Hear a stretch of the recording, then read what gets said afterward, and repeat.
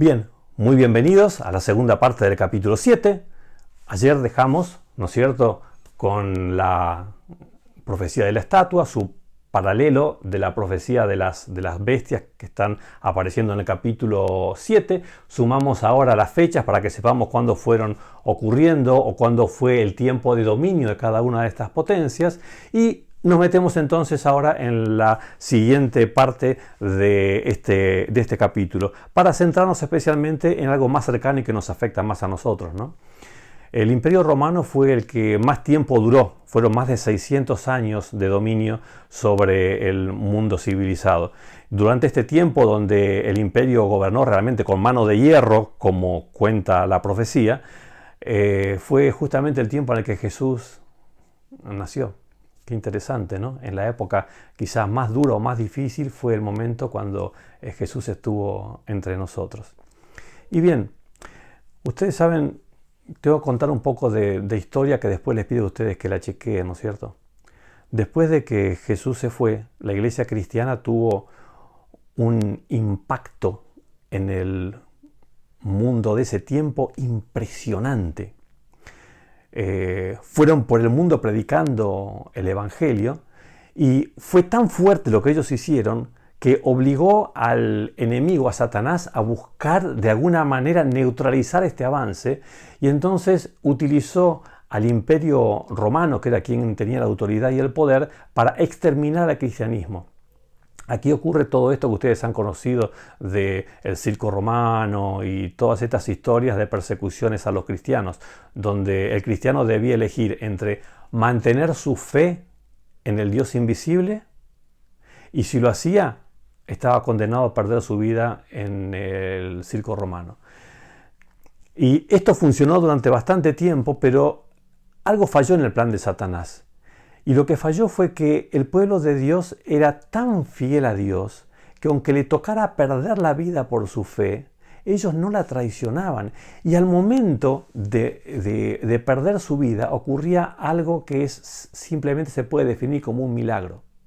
Como ellos recibían eso de lo que hemos hablado en otras oportunidades, que es el socorro oportuno, ese poder sobrenatural del que Dios te inviste cuando lo necesitas verdaderamente, toda esta gente que enfrentó ese momento terminal recibió esa ayuda divina. Por eso es que pudieron enfrentar el momento final de perder su vida con paz. Una paz que supera todo entendimiento y que solamente Dios puede dar. Ahora, ¿qué pasa? Las personas que habían venido al circo a contemplar y a divertirse con esto quedaban asombrados de lo que veían y deseaban ellos poder tener semejante paz que no conocían. Entonces, ¿qué es lo que empezó a pasar? Que los que no eran cristianos ni por casualidad empezaban a investigar, pero ¿por qué esta gente es así? ¿Cómo pueden tener esa entereza cuando se les está quitando la vida de semejante manera? Y terminaba siendo la sangre de los cristianos que perdían su vida en el circo, terminaban siendo como semilla que se multiplicaba. Y entonces, aunque morían muchos cristianos, eran mucho más los que se convertían. Y esta actitud del cristianismo obligó al enemigo a cambiar de estrategia. No pudo destruirlos desde afuera. Entonces lo que hizo fue, como el dicho dice, ¿no es cierto? Si no puedes vencerlos, únete a ellos. Lo que hizo fue infiltrarse y meterse adentro. ¿Cómo pasó esto? Esto lo estoy contando para explicar lo que después veremos en el capítulo 7, pero si no, cuento un poco de historia que después les pido, por favor, chequéenla. No se va a entender lo que relata el capítulo 7 en la parte final. Los cristianos eran perseguidos, es la época de las catacumbas, cuando un cristiano se escondía para poder mantener su fe. Las catacumbas están como testimonios hasta el día de hoy en la ciudad de Roma, ¿no es cierto? Y en el año 313, el emperador romano da un edicto en el que se deja de perseguir a los cristianos. Se les permite libremente expresar su religión. No solo eso, el mismo emperador se convierte al cristianismo. Los cristianos dejan de ser perseguidos y pasan ahora a poder expresarse con libertad. Algo espectacular y buenísimo parecía. Solamente que esto encerraba una trampa, una tremenda trampa. La trampa que encerraba era esta. Estos que habían sido tan fieles que estaban dispuestos a dar su vida antes que traicionar su fe en Dios, ahora empezaron a negociar la fe. ¿Qué quiere decir negociar la fe? Quiere decir que en general el Imperio Romano se convirtió al cristianismo también. Y se hizo una gran mezcla, una negociación. En esta negociación, unos hicieron unas concesiones, otros hicieron otras concesiones. Los paganos adoraban estatuas de sus dioses. Los cristianos no, porque la ley de Dios lo prohibía.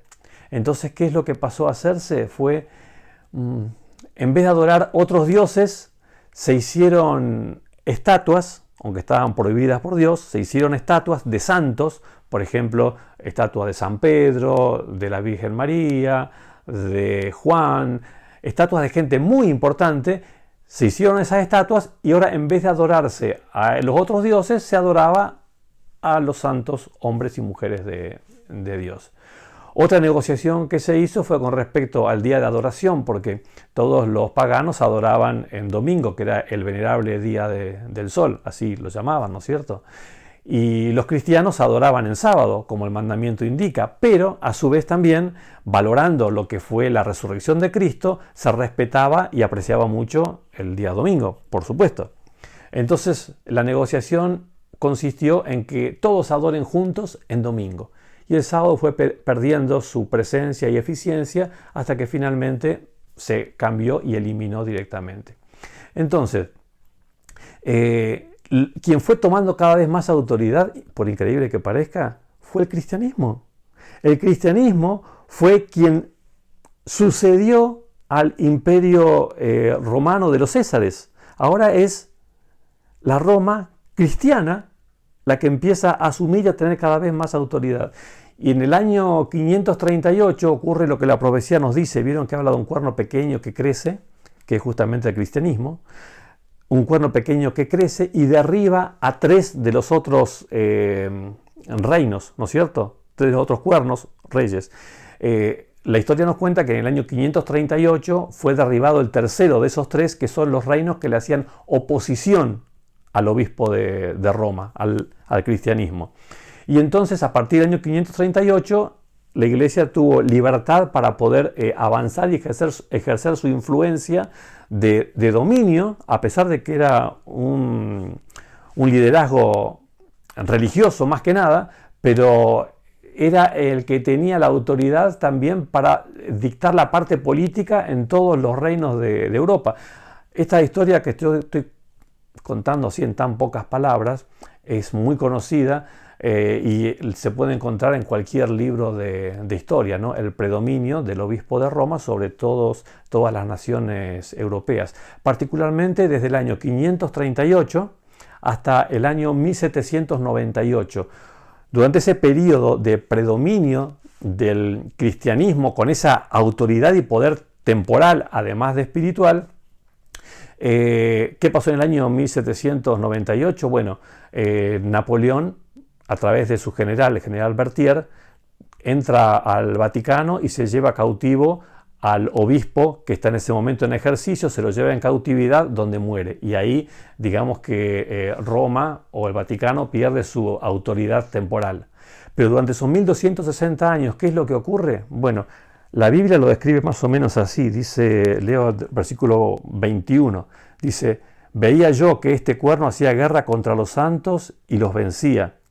También en otra parte, el versículo 25 dice que hablará palabras contra el Altísimo y a los santos del Altísimo quebrantará y pensará en cambiar los tiempos y la ley. De hecho lo hizo, cambió la ley. Y serán entregados en sus manos hasta tiempos y la mitad de un tiempo. Esta profecía de tiempo habla de un periodo de 1260 años durante los cuales este poder hizo muchas cosas, entre ellas algunas tan tristes que recuerda a nuestra humanidad, como la época de la Inquisición, que fueron cientos de años, donde aquel que se le ocurría pensar diferente, ustedes saben lo que pasaba. Investiguen un poco también sobre la Inquisición y la manera como el cristianismo utilizó a la Inquisición. Es una parte muy triste de nuestra historia, pero es parte de la historia. Es bueno que la conozcamos y sepamos que esas cosas pasaron, ¿no? Ahora, yo quería cerrar un poco el tema de hoy diciéndote que el capítulo 7 también menciona que Dios interviene. En dos partes ustedes notaron que aparece. Dios interviene. Dios pone un punto a la actividad humana y a estos poderes que están obrando. Dios pone un punto y dice, tal vez lo leo directamente de la palabra de Dios, dice que, leo el versículo 27, y que el reino y el dominio y la majestad de todos los reinos debajo del cielo sean dados al pueblo de los santos del Altísimo, cuyo reino es reino eterno, y todos los dominios le servirán y obedecerán. Esto va hasta el momento en el que Dios interviene y genera un reino, su reino, ese reino que no va a tener fin, y que su idea al revelarte esto es que vos seas parte de él.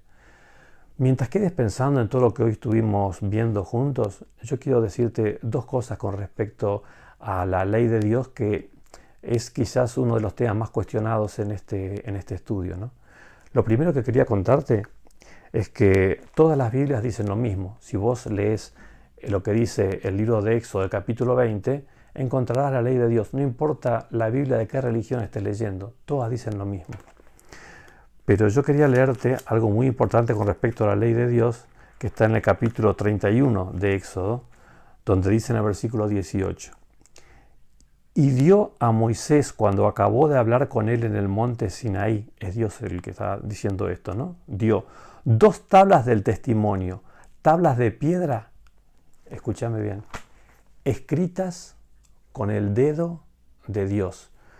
Vos sabés que toda la Biblia fue inspirada por Dios. Eso quiere decir que Dios inspiró a los que Él eligió como seguramente buenos intermediarios para que escriban la Biblia. Dios inspiró los pensamientos que ellos escribieron. La única parte de la Biblia que no es inspirada son los 10 mandamientos.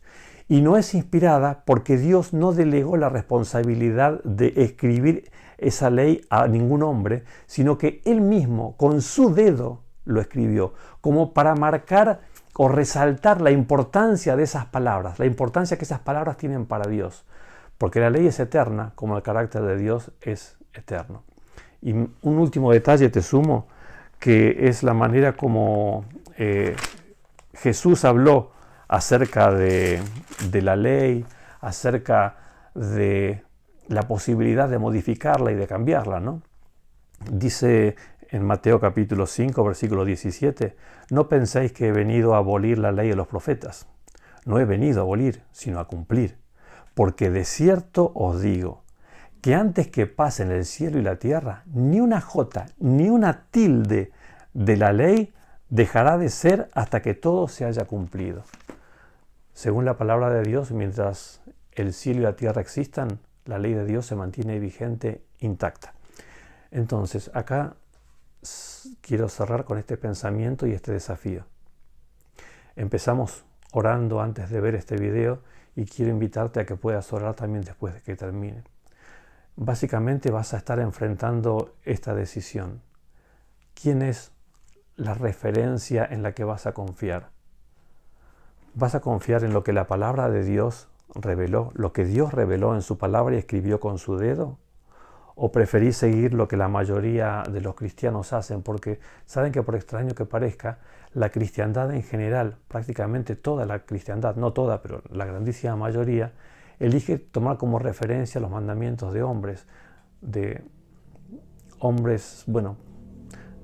antiguos padres de la iglesia que entraron en este extraño negocio que comentábamos antes y finalmente se cambió la ley de Dios que es eterna. ¿Cuál es tu decisión? ¿A quién vas a seguir? ¿Vas a seguir al Dios de la Biblia o a los hombres que hicieron mejoras en ella? Es momento para quedar pensando, orando y permitiéndole a Dios que obre en nuestras vidas, porque saben, Dios reveló las profecías y desenmascaró lo que ocurre detrás de la historia visible para que vos y yo conozcamos por qué pasa lo que pasa. Que Dios te bendiga y mañana seguimos avanzando. Amén.